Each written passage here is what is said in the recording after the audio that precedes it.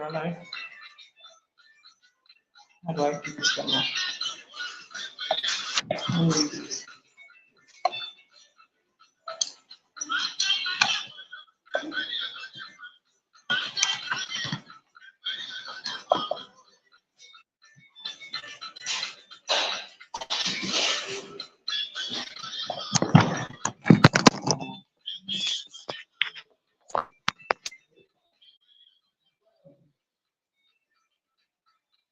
Assuming why I think anybody.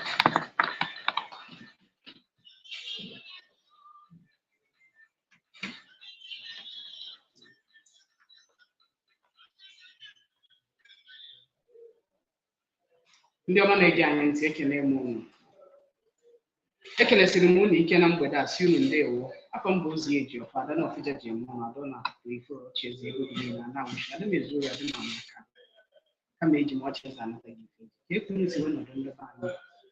Ọ bụrụ na ị na-anya na ife anyị bịara ime ka ọ ị na-ege nke na-agala gị na Tuesday na Wednesday ọkụrụ elekere ise na elekere ise bọsị Wednesday ọ na-akụ elekere ise ruo mgbe ọ kụrụ elekere ise anyị ebe anyị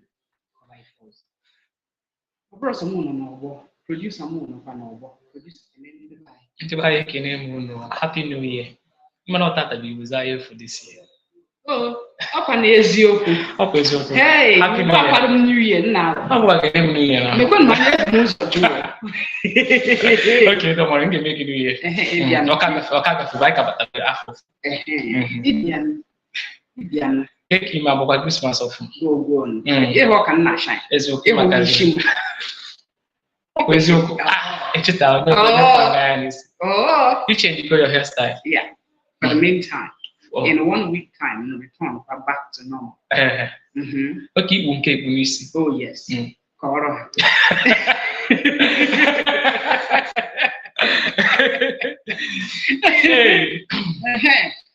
So, you're going to go with them.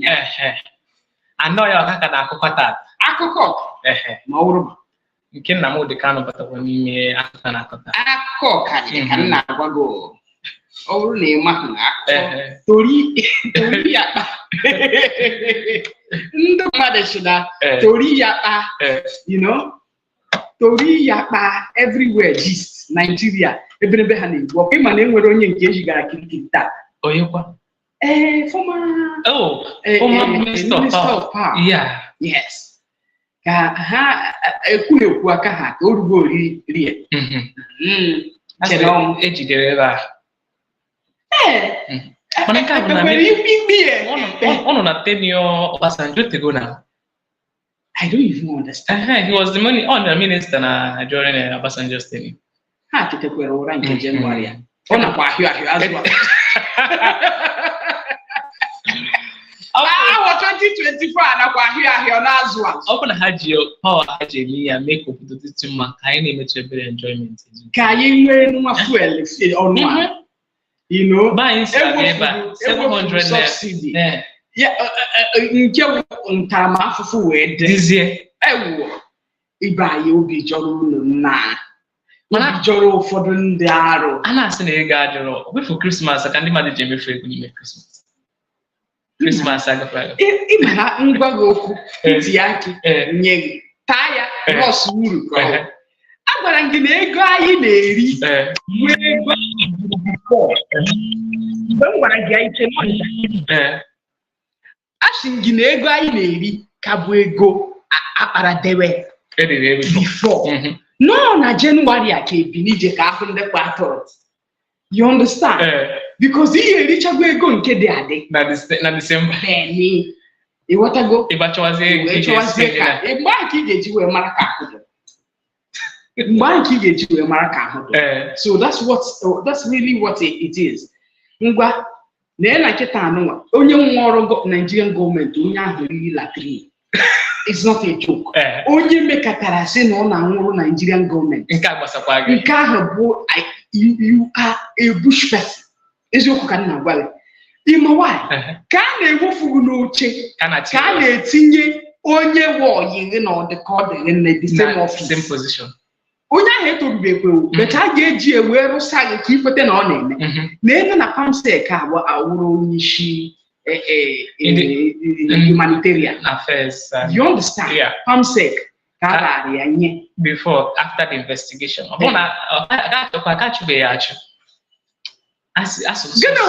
Suspending the different. Otu aka eshibe echu achu ndị mmadụ ya na-achị ọchịchị racha ya 3 years aka na-ekpe mana nke a dị swift. I guess na within by next week I'm sure the investigation should be concluded. Ngwatim kaibet kaibet ya kaibet ọkwa na Nigeria anụnwa ntụrụ 38 years bet okay you want to go because I bidon na time so onwe ihe ọzọ fọrọ na mbido enweghị ihe ọzọ fọrọ na mbido ishi na good morning ebe a na ha gwa so kịta anụnwa PAMSEC were ezi ọnọdụ who told you that na enwere ike na ọ bụghị a collaboration of aghụghọ na arụrụ ala because ọ bụrụ na that Bett Edu be close to that PAMSEC where the kokosia madam na ihe anyị dere ka akwụghị ụgwọ na akaụntụ a na ọ bụkwa n'otu a ka esi eme na ego a kwesịrị ịbatagodo na this ministry first before anyị disburse. There was nothing wrong with telling her that. Mana imakona ajụkwa ajụjụ before ya ka no good morning pụtara how are you. Apparently na enwere lacuna and ndị PAMSEC ha ma na ha aga n'ogwu so izuzu ha enyere ya aka iwe werezie baton weda that's how they do izuzu ha feel na parts ga dị ha na enyere ya aka. And again I see this complex in action as a matter of fact. For me I see complex in action because the madam no go ebe ahụ before chete na ọka na azụ ụgba keta 3 billion plus misappropriation of funds. Now onye nke abata zawakwa ụgba na-akara ihe kobo ọ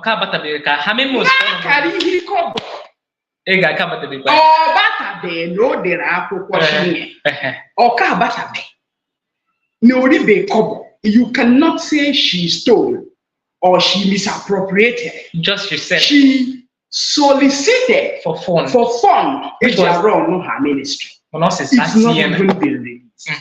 Amuria nkwo ọkwa ndị EFCC ya na ha mere happy birthday nya na aracha ụra. You understand? She still go her traveling documents. Sizikwe nke onye nke ọzọ. But na this same ministry ụmụ okorobịa ji ebubabu before. Oh yes, onye kwu egene humanitarian ministry. Ondo na chibu ni ya ebro ha ncha be as guilty as. And ebubabu na all ministries or maka na just to name invite in all the humanitarian fund na abata of man at the ministry. Icho ime ka obodo adonma. Ti anya na Ministry of Education na Ministry of Health. Obodo adonma. Ego na aba na these two ministries. Adịghị akụkọ ejikwa na-emekwa na gị ya ka mụ na gị nọ n'oche ebe a ekwufusi okwu ebe a ka anyị nọ ekwufusi okwu anyị kwupụta echi ya bịakwukwu ọzọ nwanne echi ya bịakwukwu ọzọ anyị ekwe na-ekwu na ịchọrọ ka ndị nwe okwuchi ekwu bụ ihe na-ekwu okwu steeti ma ọ dị ụtọ ma ọ dịghị ụtọ you must you understand. So now nke Bett Edu achara enwere go PAMSEC echi ya na-eprove ha na-agba for the meantime mana ngara wuru ndị EFCC na-emere mmanụ baku all the ministries akwaketa. Oh yes, na-emere mmanụ baku all the ministries aka nyochafu watagodo ihe ji Nigeria ahịa because all ihe anụ maketa anụ Nigeria ahịa atụchawagodo Nigeria ngajai because na mmiri ishi gbarụrụ ishi mmọnwụ wee kofu. You understand? Oh na-emehie Imana ọkpọtị ka ha na-eme because if Bett Edu wanted to steal, listen very well, the kind of ego dị na Ministry of Humanitarian Affairs ọ hiri nne ọ bụghị 500 and something million ka ọ ga-ezu. Imana ọmụma ha arụ ọbịa with what she has achieved within 36 years old.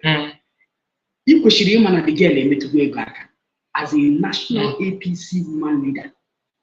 That was a position. Okay, yeah. Yes, as a former commissioner for health. And I she no but she was natural. I really laughed at them because they made fully of her, which means as a commissioner, you go to or as a national woman leader, you go to in my own control, the whole Cross River women, or in California control at 35 years. No joke with this kind of talk. So, all of the babe to is woshi, or carry accountant general. You may not have the and I made the young Monaga made the young. I made the young. Enjoy the hour, my dear Kibara, you know. Now, here, stop using Nnamdi Kanu's name for your political interests. IPOB now won Deputy Speaker Benjamin Kalu. Actually, you know, good morning. Now, how are you?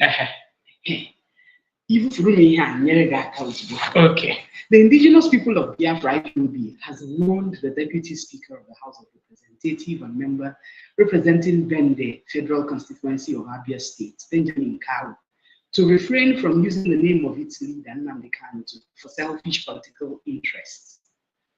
IPOB issued the warning on Wednesday in a statement issued by its Media and Publicity Secretary, Emma Powerful, saying that the federal lawmaker had been continuously using Nnamdi Kanu's appeal to pursue his political interest and deceive the general public.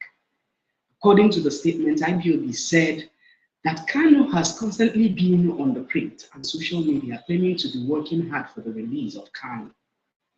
Okay, now Kalu is praying for the release of Kanu. Okay. His own Kalu. Kalu. Okay. IPOB, ESN, and Mazin Nnamdi Kanu has become a daily song for the APC stooges and political jobbers who do not have any genuine interest in IPOB struggle, nor on the unconditional release of Nnamdi Kanu from the federal government's prosecution and illegal detention. Powerful in a statement claimed that if not for IPOB, ESN, and Mazin Nnamdi Kanu, many southeastern villages would have been occupied by terrorists. Recall that Kalu has been in the news championing the release of IPOB leader who is in the custody of the Department of State Services, DSS. The federal lawmaker, speaking with journalists in his Bende country home on Sunday, said only a non-kinetic approach can restore peace in the southeast region. In another development, the Economic and Financial Crimes Commission has seized the passport of the suspended Minister of Humanitarian Affairs and Poverty Alleviation, Bett Edu, and her predecessor, Sadia Umar Farouk, over the ongoing investigation into scandals in the ministry. Edu, who arrived at the EFCC headquarters in Abuja at 10 a.m. on Tuesday, was still being quizzed by the Commission's investigators as of the time of filing this report by 7 p.m. As the EFCC interrogated the suspended minister over the 44 billion fraud recovered in the ministry, it was learned that managing directors of 3 commercial banks were also questioned on Tuesday over the fraud. The scandal involving Edu burst open after a leaked memo revealed that the suspended minister directed the Accountant General of the Federation, Oluwatoyin Madia, to transfer 585 million to private accounts owned by one Oniyalo Bridget, who the ministry claimed currently serves as the project accountant grants for vulnerable groups. The minister had claimed that the 585 million payment was meant for the vulnerable group in Akwa Cross River, Ogun, and Lagos states, describing the allegation against her as business. We're looking at IPOB's warning against the Deputy Speaker of the House, Benjamin Kalu. And the continuation of yesterday's saga about Bett Edu. Do you think the Deputy Speaker Benjamin Kalu maka mgbapụta Nnamdi Kanu. Odunu ka Benjamin Kalu oji obi ọchị ya na ebere na-adịghị agwụ agwụ were achụ mgbapụta Nnamdi Kanu ka iche nọọ politiks ka o ji egwu dịka mapa afọ o si ekwu. Ajụjụ Igbo chọrọ azịza wee bụrụ EFCC ijide Edu scandal. The EFCC narị ama akwụkwọ ya so that o may no travel and ihe ndị ọzọ until the investigation is concluded. Otu amụma ama na investigation bidoro akọsarabeghị ọkụ. So Kalu onwebeghị ebe akpabeghị igbe aka. Go on a project next week as a end of month. I feel like she will still come back to the ministry. You Cherokee, asking na ihe wuru ihe a politics of the highest order. I think what I like about this administration, Oduro Kanke Buhari, because anything that happens there, he doesn't really comment. Things will go on. But he opened a mirror and Tinubu election, they handle it appropriately. President Tinubu with technocrat. Ọ bụrụ na ị maka Lagos State dị before Tinubu wee chia Lagos State, ị ga-ama na aghụghọ o ji bata n'ọchịchị a nke a ịma na iche na ọnwụwago. We will say that again. Ịma na iche na ọnwụwago. Ọ bịa na awa mmadụ kwụrụ ya n'ihu mmadụ akwụrụ ya n'azụ ọ na-eme onye na-ada. During the election. Anyị ahụ nọ skill eji achị ọchịchị no politics ka a na-egwu. Ịma na uche nwoke dị 100% na ọchị Naijiria na-aka otu akụ. Nke onye na-eme ọma kpama gbado ọma every ihe niile warụrụ a na-egwu na politics. Tinubu president anyị agbadie ịma why he deals with young people extremely. He deals with young ọ mara ha na-eme akwụkwọ ọ chọghị ịma ebe isi ọ chọghị ịma onye ebe iwu ọ ga-akwụdebe gị nso. That's how he works. So oh man, okay, ngwanele Bett Edu. Negudu obere nwa dị ka Bett Edu. Atọrọ m ya so enwere ike obere nwa. Negudu onye dị ka Bett Edu at 36. Oh, federal minister. No be beans so. And people are clamoring for suspension of Ministry of Interior. What's his name? I think his ministry is also affected by this. Yes, indeed. Yeah. In actually, I told you na Google never. I'm actually here. Kaha wherever they are for the fund is what people are looking at. They want to go, and they might the outcry. Yeah. But it's only good that we, the media, is going to help this whole saga, because a lot of people think that the woman has stolen. But I do. They think she has stolen, but in the real sense, she hasn't quite stolen. Okay, his name is Tunji. Yeah, Tunji Ojo. Over it's linked to Bett Edu's standard. Okay. She hasn't yet stolen. She only solicited for ego because we an account only do to which is not supposed to be so. Kai wear on all the activities of my office. So, Madam Madam Accountant General too of the ministry. Project. Leaked memo. This thing is not actually for me. He leaked anything. Here I will just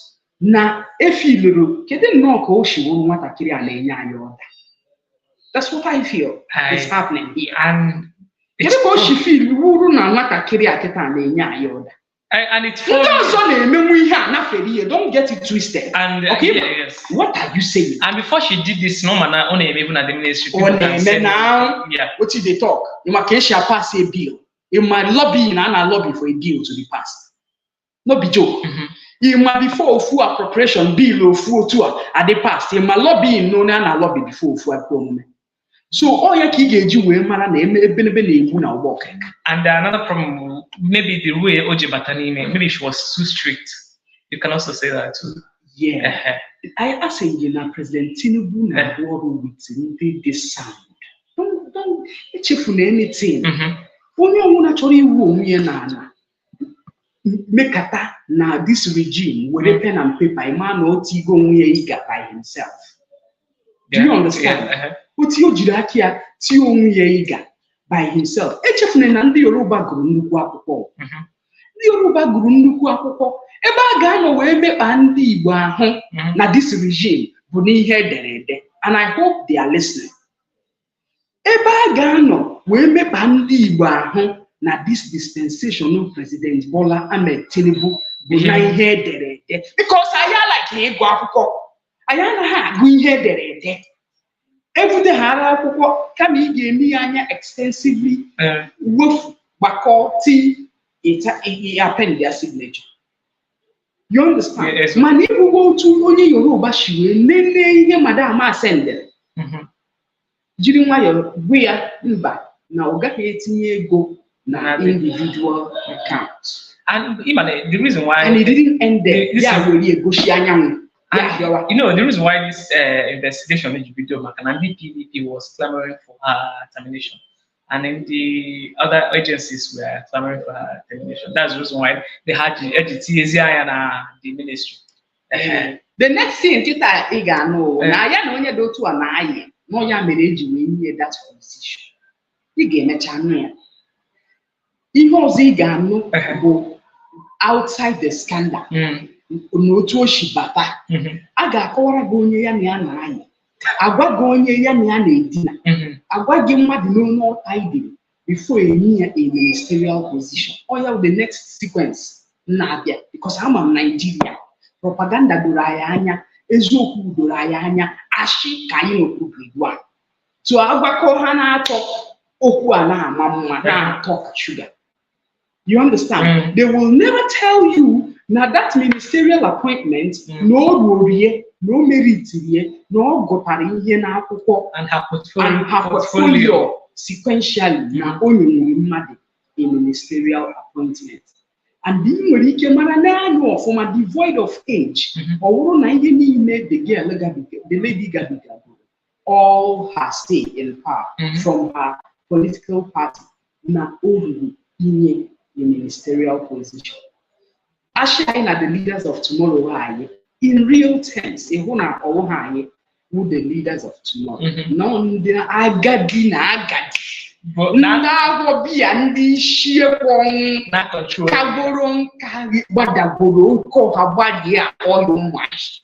No, Hana control the country. Maybe not the country, Hana Gani, all your developing nation, or not Onagabanda, Zo, Kagasina.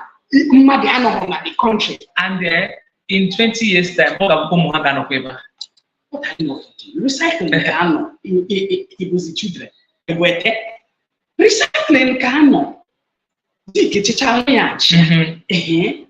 oh, the milk goes to put it on me.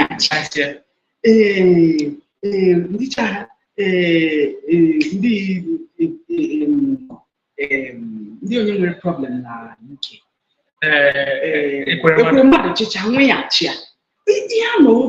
Recycling. Election. Just election. You were here now. You were the fund. Now go in the election. I can wear your flag. It's an ash. No matter your pedigree. If I know Skitano, only Chiva, or I know now, only Chihuahua. You understand? Now, the IPOB now only a House of Assembly member, deputy house, a deputy speaker, Neji IPOB shine, Nnamdi Kanu shine, now, you have to do this one, Marco. If we are a couple of hundred no more chichi,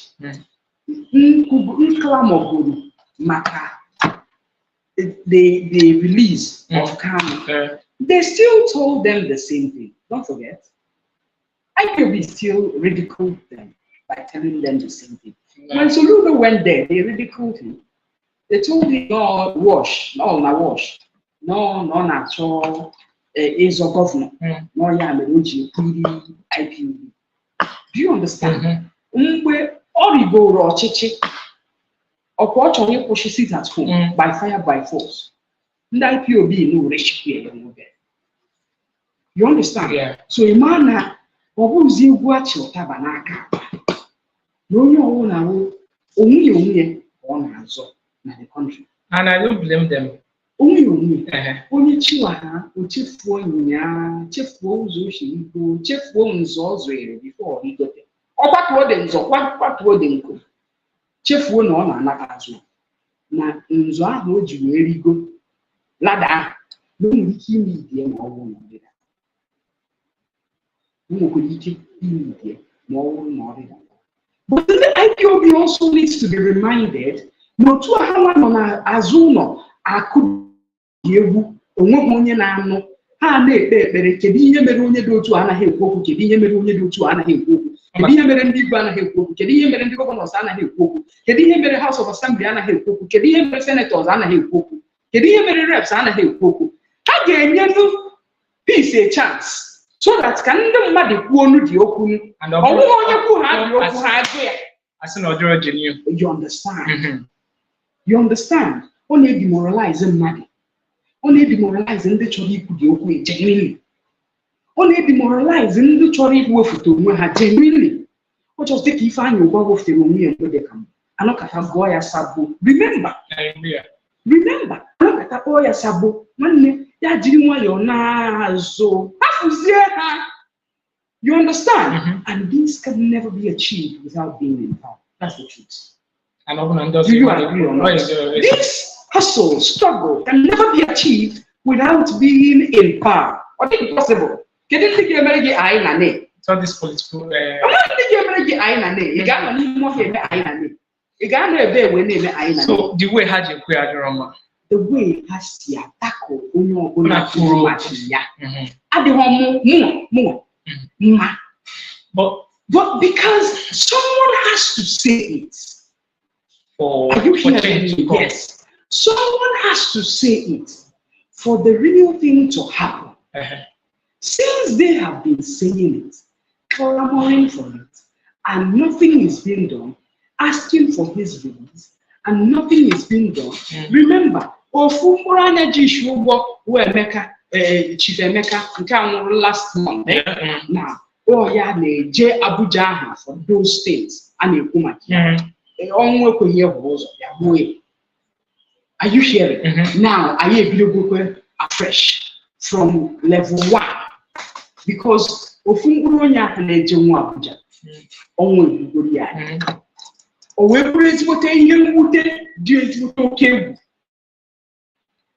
So they need to give people a chance to support them. That's the truth. There must be support, moral support, mental support, technical support, financial support. I'm sure they have financial support. They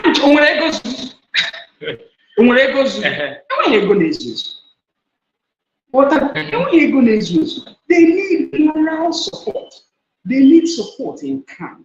They need support in cash. They need technical support. They need mental support. Psychological support, certainly.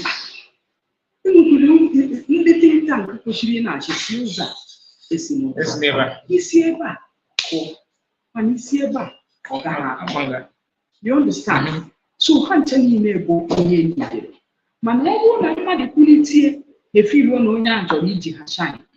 it's not encouraging. Another person will not be able to speak up.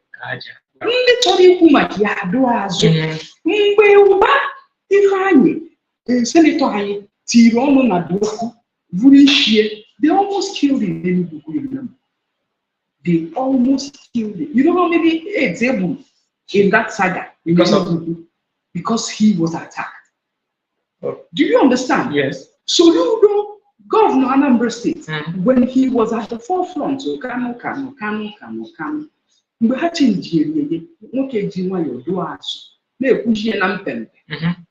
Do you understand? Yeah.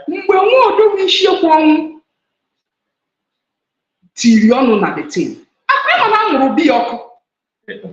It's not a joke. Why do we forget things so easily? Now. Do you understand? Yeah. Any juggernaut, sir.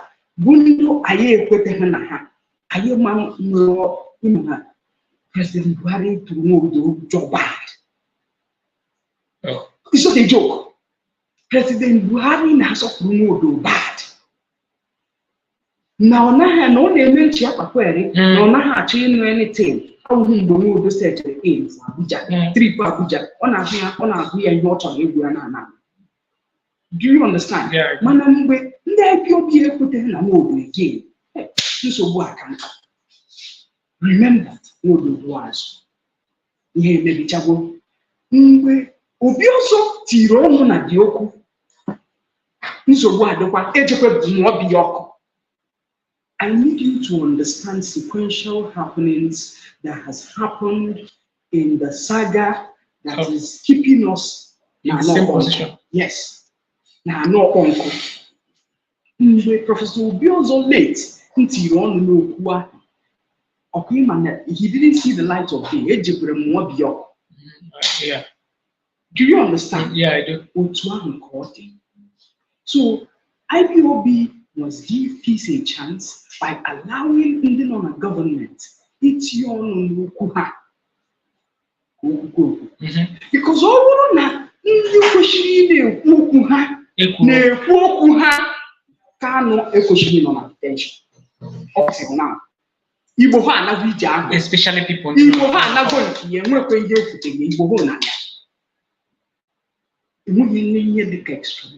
Indictment in Kebo, Jack. And no head of it again. When Otaromeji. Because Nahadi United. What you are had how bad Odeshi Manankai it web Nabai Nanakani. Ashino Ngwaya, oh, you would Korean do. Do you understand? Jimbe na Jos. Edewere Ngwaya na be Jimbe na Jos. All the same people generate among neighbor the be Jimbe. Na Jos. States here you will read the page in the will believe in the house. Oh, yeah, Mandi was also in Jos. So, issue about that. I need you to get it right. I've given you more than 6 samples now with my small capacity. Can only be doing here. Okay, Maso. Yeah. You understand? A big that Maso guy now. Yeah. Was Leaking. Yeah. Okay, IPOB was These are the challenges that we're having. Oh,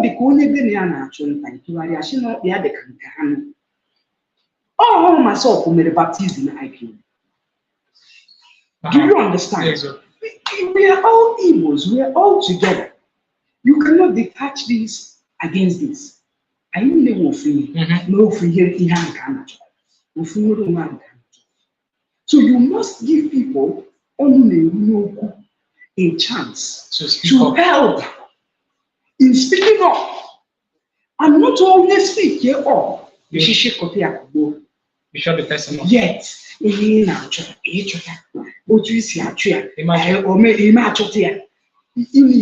mouths in government.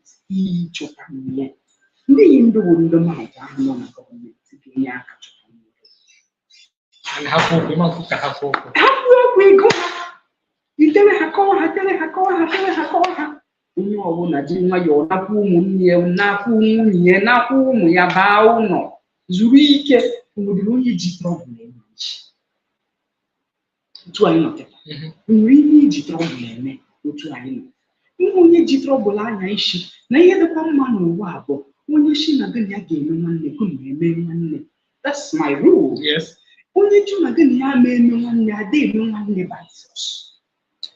Gị na onye ahụ ama eme nwanne. Do you get? So that's what it is. Until IPOB realize ya na nchọta ihe a na-achọ na enyibiri ndị ọrụ na-eru n'okwu na gọọmenti n'ọya ahụ na okwu ekwu. Anyị ga na-agba revolve around otu a. O na-ekwe ọgbụgba anyị na-eme otu a roundabout. O na-ekwe nweta Kanu ekwesịghịzi ịnọ na detention ma ọ bụrụ na anyị jikọrọ onwe anyị otu ndị Igbo ahụ nwere ike na-eti stọọ ka Kanu ghara ịfụta. Ị na-anụ Igbo na-asụ maka na a na-adịghị nwa bụ uru ndị nze. Ofu ndị Igbo ahụ nwere ike na-eti stọọ ka Kanu onwe ghara ịfụta. Ọtọ n'ebe ahụ echi ikpe abaa n'ikpe na-egodo onye mmadụ dị ndụ bụ a court discharge. Akwetie at 2 in the afternoon. In the afternoon, at 6 in the evening, onye ọzọ nye another order na just to discharge ya na akwiti ihe. Obodo na-achị ọchị. Ọ bụrụ ebe anyị jikọrọ onwe anyị ọnụ, ọ na anyị enweghị lawyers ọnụ na-eru n'okwu. Ishinye na anyị enweghị sans ọnụ na-eru n'okwu gwọtara mkpagbu a na-akpagbu ndị Igbo ahụ Kanu ahụ na-ebe. Kiche na ha dị deaf ọ because na onye ọbụla na-eze ndụ eze onwe. Ibu na anyị nwa na-ekwu okwu na redio na kwuo eze ndụ eze onwe anyị. Maka ndị ụka ka ha zụrụ m jide. You understand? Asị na iji kwuru agụụ tekọlụ abịa na inbox. Ofu onye ajụtaghị ọnụ nnọọ shi nnọọ from redio ikwuchara okwu bịa na inbox si ijere nwaanyị kwuru ihe dị otu a na redio ka a ga-achị na ụma na enwere a head nne adịghị in charge of redio akpọrọ NBC. Nne ekecha ihe niile anyị na-ekwu na redio. Ọ bụrụ ihe niile ka ị ga-ekwu na redio. Onye ahụ chọrọ ka ikwuo ya ka ya machicha ọnụ. Mgbe a ga-apịa gị fine 300,000 ọ gaghị anụ ya mgbe ahụ. Mgbe ị ga na-akwụ the fine ọ gaghị anọkwu ya mgbe ahụ. Do you understand? Yeah. Mana ọ chọrọ ka ikwuo dị okwu ka o wee favor ya. Ọ ma work. Ọ bịa yewe okwu anyị oye na-ekwu eziokwu n'ike na ebube. Onye chọrọ ịnụ jụrụ, onye achọghị ịnụ ogbelu ya aga ebe ị na-aga. Enweghị ihe ọwụ na ntị iri n'ike ọkụ na-agachakwuru eze. Chineke nna na ụmụazụ ya. Otu isi ekwu eziokwu ebe a otu a ka nsi ekwu ya na be m, otu a ka nsi ekwu ya na meeting, otu a ka nsi ekwu ya n'ilo.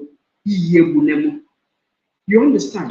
So yes, what they want is achievable, but people in power needs to begin to speak concerning the struggle. And IPOB needs to give people like that a chance to speak up. IPOB is a brand on its own. On attention.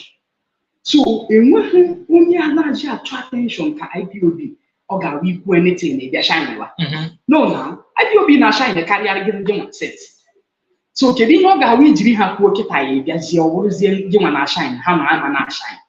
That's the psychology. We must know that. Until we know that, I can have go to around.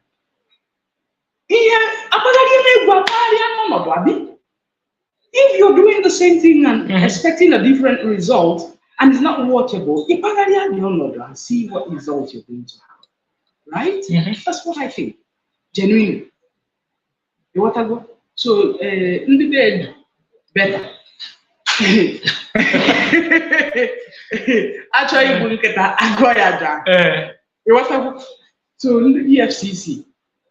Otu haji haji shi no eziokwu bụ ndụ onye marakwa eziokwu ihe adịrị ya o mere ihe na-adịrọ mma so she needs to face ịhụrụ ya si ihe adịghị mma constitution a lot of these people do not read the constitution ọ chatara nke a na-akwụ because no worry if you ask me. Yeah, you understand. Now ndị kwesịrị put you through apparently enwere lacuna ịmakwa ndị anyị bụ nwere ike ọ bata gị ya ahụ na ha adị loyal chete na obere nwa ka ọ kawo ọ mbụrụ onwe ya ka akụziere ya ọrụ and even only wolf fish ye make one yana.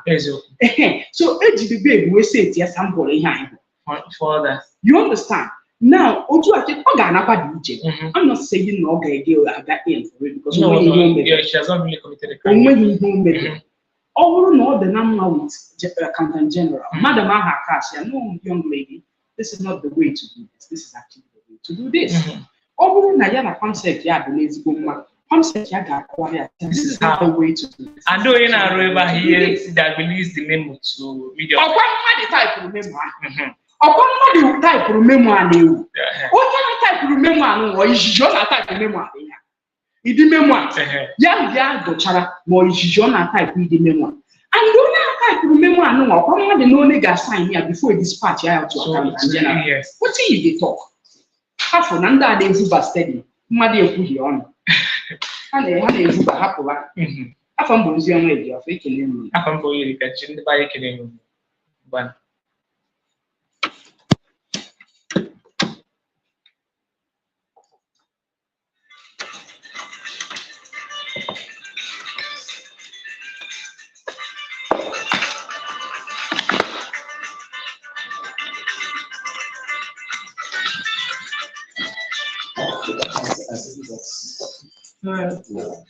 Oh, this is in WhatsApp. Yes. The last one. It's all recorded. Okay.